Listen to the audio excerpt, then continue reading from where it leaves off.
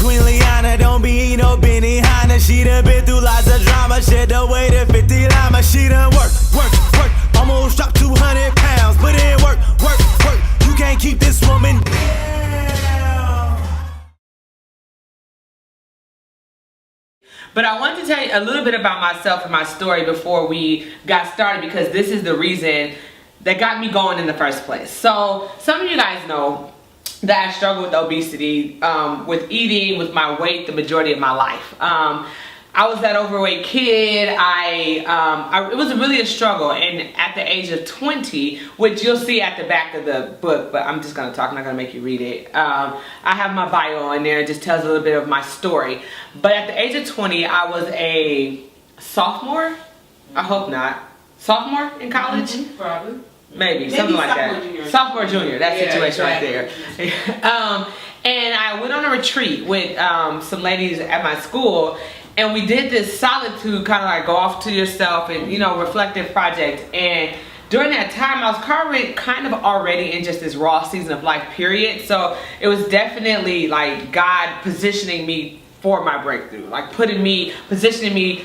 It's like little things added up, you know. So sometimes people are like, what was your aha moment? And I really don't think change happens like that. I think there's that moment in time where like everything comes together and you make that decision. But I believe that over time, God is like working on you, and different circumstances are coming your way, whether it's a song, a billboard, a conversation, a moment of tears in your bed, like just different things happen along the way, and then you find yourself in this one place when that moment of decision making usually isn't the only moment that you know, came into contact with whatever these ideas or concepts or whatever that season is going on in your life.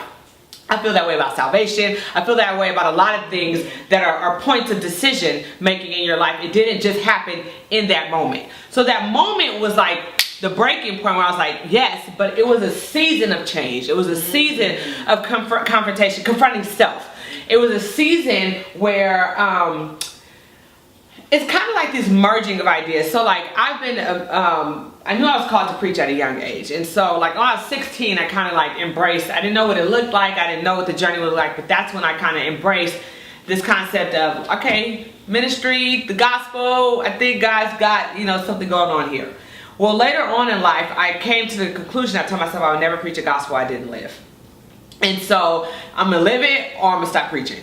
You know, and I clearly had to stop preaching. But that was really, I use that as a litmus, like for every area of my life, or the Holy Spirit more so will continue to bring that statement to my mind, to the forefront in circumstances where like, am I preaching a gospel I don't live? In context with how I'm handling this person, in context with how I'm handling this temptation, in context with like just different things, you know. And so it was really that season of life where that came up, and I was just really just kind of unhappy, but not so much with a depressed unhappy, but just like, me and Daniel were talking about this earlier, like just not content. Like something has to change. Like something has to, like, this can't be it. I don't really know how to put that into words, but there's this feeling of this can't be it. Like if the rest of my life was just like this moment in time, would I be okay? Heck no. You know, and it wasn't just because I was overweight, but more so because of how it was affecting every other area of my life. Like, yes, I was overweight, but for me, all my life, it's like that has been the forefront, and it's dictated every decision I made. Whether it's like my thoughts, or whether literally physical decisions, like I'm walking into a room and I have to navigate in school how I get down this aisle, or when I get on a bus, or if I'm going to a wedding, will the seat hold me up? Like, all these thoughts consistently. You're in gym and you're like your kids just change clothes. Well, that's not your reality. You're very uncomfortable, so you're trying to figure out how to, you know, just wear your clothes. I would wear my gym clothes under my regular clothes, just so that when I got to the locker room, I could just take my regular clothes off and I was already dressed for the gym. Like, that is how ahead of time I had to plan to feel safe, to feel comfortable, to feel just a little bit, you know, just not disgrace or shame. Like, it dictated everything from that to just thought, so that like just those type of decisions. But even I found myself lying, telling my friends I didn't like the amusement park. It wasn't I didn't like it, I wouldn't be able to fit on the rides, and I didn't want to be embarrassed. Or I've gone to carnivals, like, you know how they have this like street carnivals, yeah, as a kid. And I remember one time me, my sister, and my cousin got on a ride and it wouldn't fit, but I wouldn't tell anybody. And so I I rode that ride without being fully locked in. And later on, my cousin realized it, and she told my aunt, not like to tell me, but like she was like scared, like Liana rode this ride, like, and she couldn't fit, you know, and or she didn't, you know, and I didn't know she knew that she saw it, and so she had told my aunt, freaked out, more so just like she was saddened, like that I would experience that, I would put my life in danger because of shame, you know, like it just. You know, and that was as a kid, but like I literally put my life in danger. If I fell off that thing, I could have been dead. It was like a roller coaster thing. And anyway, that's just me sharing some of the degrees of how it just really affected even like my ministry, because I was very uncomfortable standing before people. Even though I knew that that was my gift and what God had called me to do, I was always very self-conscious, and so I felt like my ability to minister was hindered by my own insecurities, my own thinking of self, because then I was seeking affirmation, you know, in these settings. It was just so many different. I'm like, is this about me? Or is this about the gospel? Like, is this about, you know, it just became very intertwined. And so I remember being on that mountain and just really just having having that moment, I'm sorry, of, I got real excited. Being on that mountain and just having that moment of just saying, like, I wrote out, which we're going to talk about today. I really faced myself with we talked about it was a exercise on fear. And I had finally decided in that season of my life to be completely honest with myself. And I wasn't normally completely honest with myself. I would have emotions or I would have feelings come up about my condition, and I would immediately suppress it. Or like about like me and how I engage other people, and so, and like this person makes me feel this way, or I like less than, and I would have a moment, I'm like, I'm Liana, and I would ignore it, or I would suppress it like that's ridiculous, instead of facing like, why do I feel this way? Why do I feel this way when I'm around these people? Or when I have this thought about my weight or my life, when it was either overwhelming or I felt like it was a ridiculous thought, you know, I would suppress it instead of facing it. And so the first thing I decided to do was, it wasn't even about fixing myself, like fixing the thoughts. First thing is first, acknowledge where I was. Acknowledge my fears. I didn't have to go change anything, but at least be honest with myself. Like, what are my fears? You know, I feared what people thought about me. I hated writing that down because I hated that I gave people that much power, or that I was actually that insecure. But I wrote it down, you know. I'm afraid of this. And I would just write down kids. They like, people are like, oh my God, how long did you want to be a youth pastor? I never desired to be a youth pastor. I actually hate kids. I don't hate kids now, but kids made my life hell as a kid. Like, that wasn't the group of people and like that I was signing up to go kick it with, you know, because kids are raw, they're real, and when you like, and they ask questions that really affect you, or they make statements. As a kid, they make fun of you, and as an adult, they just ask questions that in your insecurities can be very damaging to you, you know, especially if that's your experience as a child. They make comments, and then you, anyways, and so I was saying, then you feel like you gotta like make the kid feel dumb, which is like dumb, like don't do that, but you do that because you're insecure, or you didn't like how they made you feel. But anyway, that's just my experience, you know.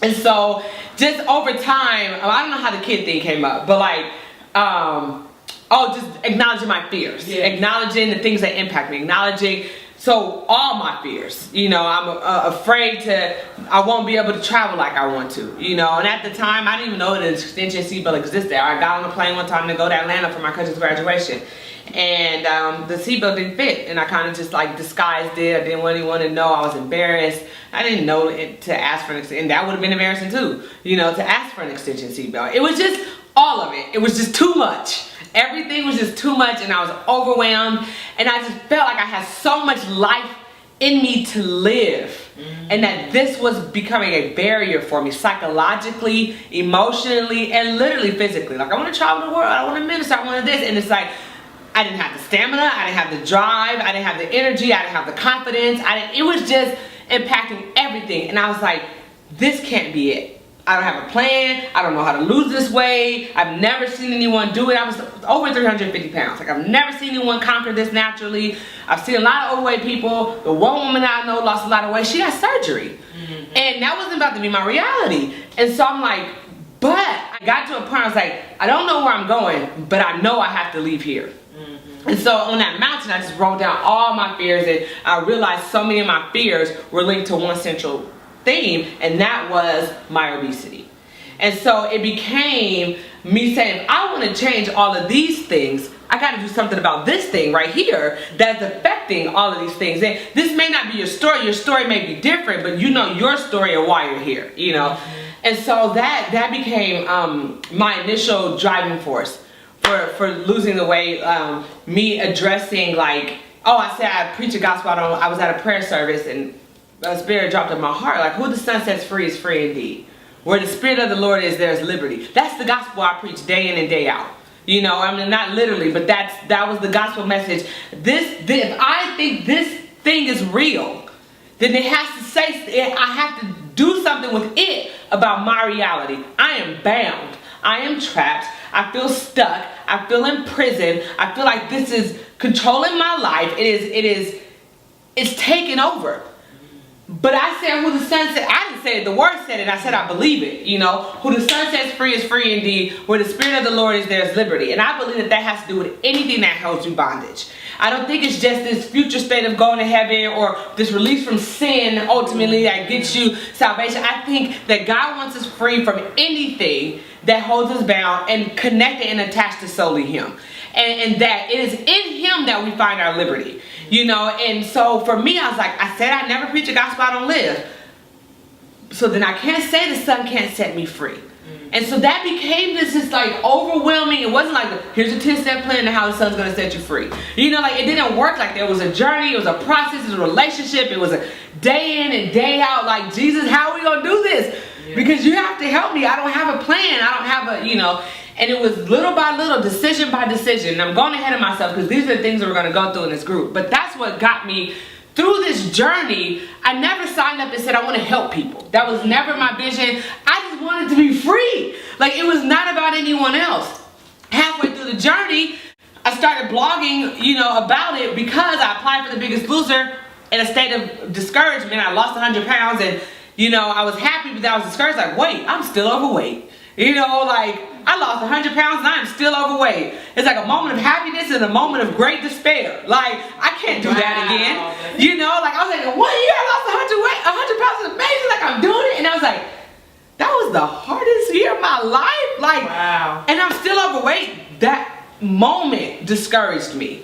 I was just like, but it's so crazy how your mind is what you focus on. I could be focused on the fact that I lost 100 pounds and be motivated, like if I did it, I could keep doing it. Or I could be focused on the fact in that moment that I was still overweight. And that overwhelmed me. And it caused me to be very discouraged because I was like, God, I can't do that again. Like, I need a second win. Like, this is hard.